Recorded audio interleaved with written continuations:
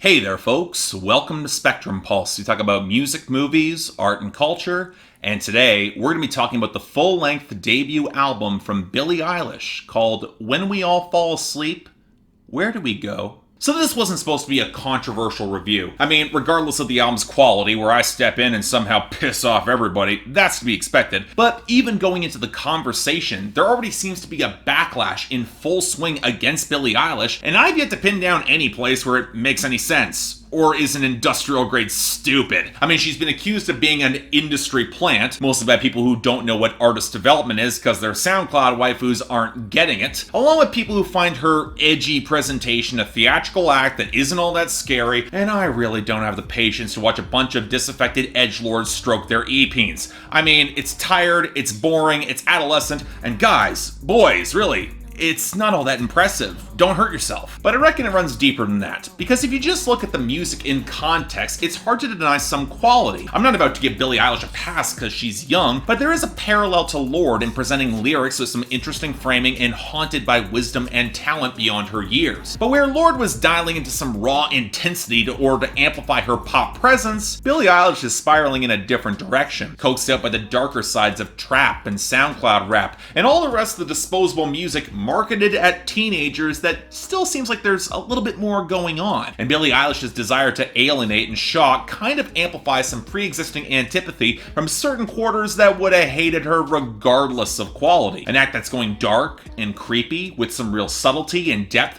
but without an obvious point of appeal and pop for guys in terms of sex appeal or immediate shock value. It's almost as if she's being positioned to appeal to an audience that's not them or something. And yet, make no mistake, this is working. And indeed, the slow growth and maturity of Billie Eilish's development by Darkroom and Interscope, guided by her co-writer, producer, and brother Finneas, it deserves some attention. The development that reflects a longer rollout and deeper wells of potential, and maybe even greater longevity that many of her peers don't seem to have. And it's worth mentioning that Billie Eilish is still a relatively unique performer, especially in the mainstream. She might have started off in territory that's close to Lana Del Rey and Lorde, but the brand of creepypasta crossed over some subtle slow burns that's deliberately avoiding some obvious sex appeal that's rare in any genre, let alone from pop or from a female performer. And once you start seeing things from that angle, and then realize that the backlash towards anything teenage girls could possibly like, it's really tired, and one of the most utterly petulant bitch fest gestures the opposing audience can bring, I'll admit it. I was excited for this project. I've liked the majority of singles of what Billie Eilish has released thus far, and I wanted to see her actually stick the landing on the album. So what do we get from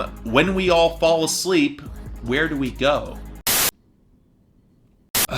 Okay, I'll admit I probably had some high expectations for this album. So when I say I think this album just doesn't quite hit them, I place more of the blame on that on me, along with a few tones that just didn't click with me as much as they could for other audiences. Now granted, that impression was already sliding into place given my lukewarm response to Wish You Were Gay, but that song might be the most stark indication of where I think this project might start to go off the rails, when instead of doubling down on a blend of styles filtered her through her own unique sound, she draws them through a set of theatrical filters pulled from alternative pop acts that aren't always as interesting or compelling or flattering to her. So while I appreciate the experimentation, this album hits some of the most uneven patches you would expect on a debut.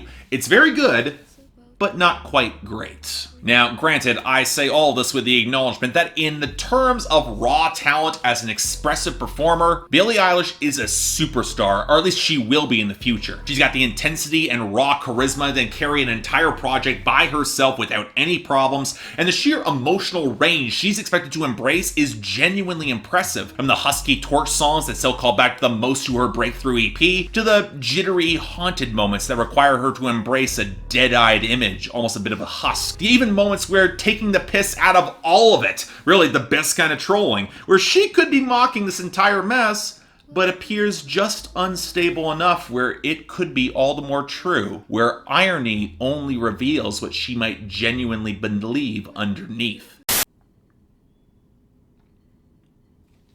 Now that's a really tough line to walk, especially when you realize that she's still a teenager and isn't about to sell herself as older, which is framing that might lead to some utterly jarring tonal shifts, and it does, but kind of makes sense given Billie Eilish's age, the fact she's still a teenager, and the market that will embrace this project wholeheartedly. Now that being said, there is a level of manic poise and self-awareness that gives her more presence than arguably she should have at her age, which helps her sound more measured when she experiments, and where I've got my first issue, specifically surrounding the vocal production. Yes, on the ballads, the multi-tracking sounds goddamn gorgeous, and the integration of some rougher edges absolutely works for her sound, but then you get points like her baby voice on 8, and I'm suddenly reminded of Melanie Martinez, and I get very uncomfortable. I mean, I get what she's doing, but it did not work. And while we're here, we might as well talk about the instrumentation and the production. All minimalist, throbbing beats, warped melodies that crack and sputter at every moment, percussion that seems constantly on the cusp of falling apart, and even some pulsating moments that feel almost reminiscent of the post-dubstep of early James Blake. But on the flip side, you get delicate pianos and loose acoustics in which the layering is damn near perfect to emphasize some subtlety and intimacy. The fact that she was able to flip an interpolation of Leonard Cohen's Hallelujah with as much stunning power and grace as she did on I Love You, genuinely startling, but powerfully effective. Now, we saw both sides of this in her single rollout with When the Party's Over and Bury a Friend and You Should See Me in a Crown. And while you could draw some comparisons with the ballads of, say, Lana Del Rey and Lorde, Billie Eilish not only has a far more convincing command of her atmosphere at her age, she doesn't embrace the cushion of retro glamour or sensuality that Lana indulged in. And her grasp of hip-hop is way more convincing. Just from a pure production standpoint, you definitely get the feeling that this is a meticulous in-house operation, but just loose and organic enough to defy any obvious notes from the label, for the most part. And this leads to arguably my two biggest issues with the album. The first one being the points where a bigger, more garish, more opulent theatrical sound is being pushed, and not only does it not feel original, it just does not flatter her voice or her style of writing. Wish You Were Gay was the first more obvious clue with its lumbering attempt at a groove that's trying to assemble off more of the acoustic guitar, but what might bug me even more are the points where the songs are blatantly drawing influence from Melanie Martinez or even Emily Autumn, and it just doesn't match Billie Eilish's vibe. Now, we'll get to more of this in the lyrics, but whoever thought that ukulele and squeaky tinny synth was a good combination on 8 was wrong. Same with that spongy synth and twinkling melody meshing effectively on Ilo Milo. Kind of a damn shame because I really like the song regardless. But then you get the more obvious experimentation that just doesn't quite stick as effectively as it should. I dug a lot of the melody and the chugging low end on Bad Guy, at least the first half of it, but then the overweight trap drop just killed the momentum. But on the flip side, when the experimentation works, it is genuinely gripping. The glassy post-dubstep of You Should See Me in a Crown is genuinely unsettling. Bury a Friend is as haunted and catchy as ever. Xanny might be one of the few examples of using vocal filters distorted by bass and binaural oscillation effectively, especially against some of those softer pianos, and even the damp low-end spikes of the groove on My Strange Addiction. It is a surprisingly effective and dark flip around the Office samples that retains her bleak sense of humor.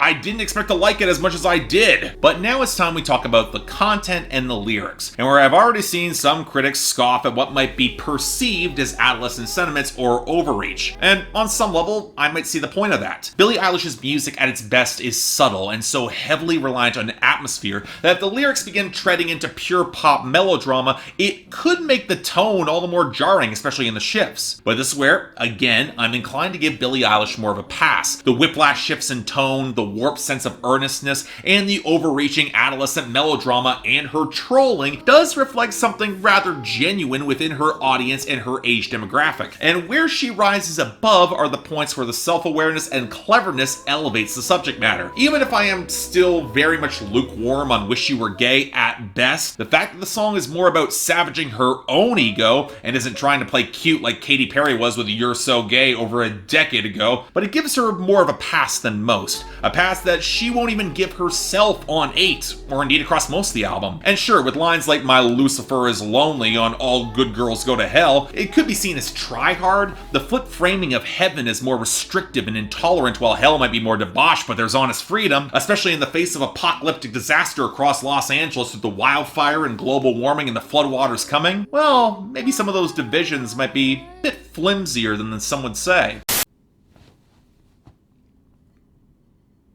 Then there's My Strange Addiction, the sort of song that seems to be embodying her unnatural passion, be it for her work or a person, but the specific reference to an episode of The Office where Michael shows off a film that he's been working on for years as a passion project that most people are too polite to say is outright crap, but it's a deep-seated fear that many obsessive creatives have. And she makes the use of the industrial strength awkwardness on the song. And while she might have some of those moments asserting uncomfortable darkness, "Bad Guy," "You Should See Me in a Crown," even those songs, they're fragile. They're dotted with loneliness and depression, especially having seen so many of her friends succumb way too easily to overdoses and death as she tries to grapple with the reality of her pain, with Bury a Friend being the most stark example as she sees much of the same consumptive swallowing industry approaching her, but xanny then speaking to the numbness of overdose that so many of her friends seem to be chasing, with the give and take hitting the most hard on Ilo Milo. Well, in comparison, that's one reason why the ache of failed love and abusive relationships seems so much sharper, from When the Party's Over, where her insecurities and rage are plainly on display, to the suicidal spiral of Listen Before I Go, to the desperate, fractured moment that she tries to cling to on I Love You, even though she probably shouldn't. Now, all that being said,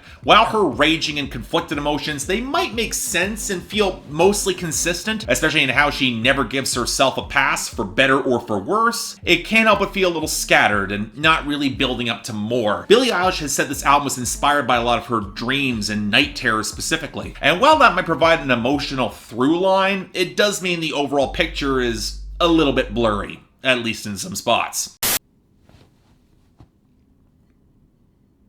But still, if I am talking about a mainstream pop project that I'm a little surprised is in the mainstream, that showcases the sort of raw potential that makes Billie Eilish just a potent and disruptive presence, I'd definitely argue that this album gets there. Again, it's not perfect. There's enough experimental misfires that keep this just shy of greatness for me, but at the same time, most pop stars aren't allowed to experiment in the same way as Billie Eilish has been. And that shows Darkroom and Interscope have given her the space, the trust, the control, and artistic development in order to craft her own unique, nightmarish sound. And from what I can tell, it's pretty much worked. And as such, I'm giving this a very strong 7 out of 10, absolutely recommendation. But early streaming numbers have pretty much already told me you're gonna hear this regardless. Have to hope this gives her even more momentum going forward into future projects and touring, and I love seeing this sort of disruption in the mainstream. At this point, I'm just curious to see what nightmares she bothers to tap next. So yeah, thanks a lot for watching. If you'd like to like and subscribe, I'd be more than grateful.